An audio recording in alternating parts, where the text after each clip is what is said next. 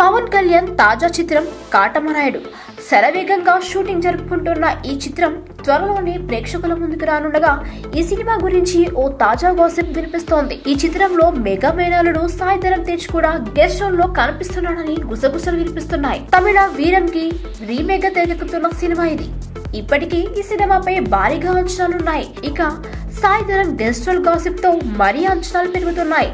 అసలే ఈ మెగా మేనల్లుడికి బోలెడంత ఫాలోయింగ్ ఉంది.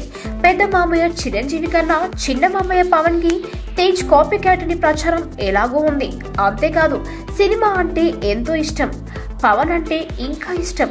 అసలు తాను సినిమాకి రావడమే, అసలు తాను హీరో అవడానికి కారణమే పవన్ కళ్యాణ్ అంటూ తేజ్ చాలాసార్లు చెప్తూ ఉంటాడు కూడా.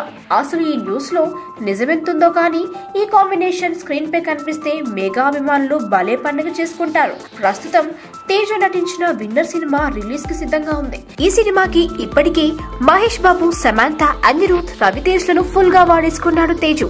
విన్నర్ సినిమా పాటలను వీరి చేతే రిలీజ్ చేయించాడు. మరి అంతేకాదు సందీప్ కిషన్ హీరోగా తెరకెక్కుతున్న నక్షత్రం సినిమాలో సాయి ధరమ్ తేజ్ ఓ కీలక పాత్రలో కనిపిస్తున్న సంగతి తెలిసిందే. ఇవే కాక కొత్త సినిమా జవాన్ లోనూ నటిస్తున్నాడు తేజు.